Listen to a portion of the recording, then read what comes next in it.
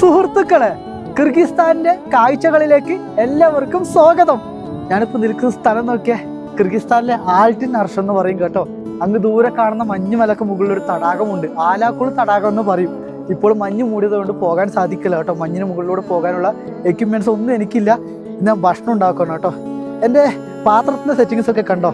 ഇത് ചോറുണ്ടാക്കുന്നൊരു പാത്രം.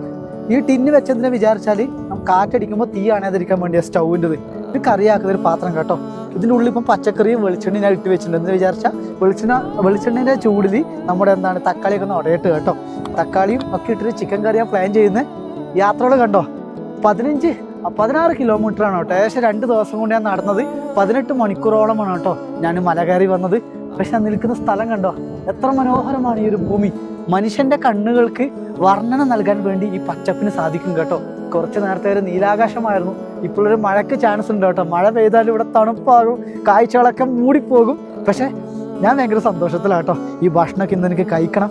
എന്തായാലും കാണാം സുഹൃത്തുക്കളെ.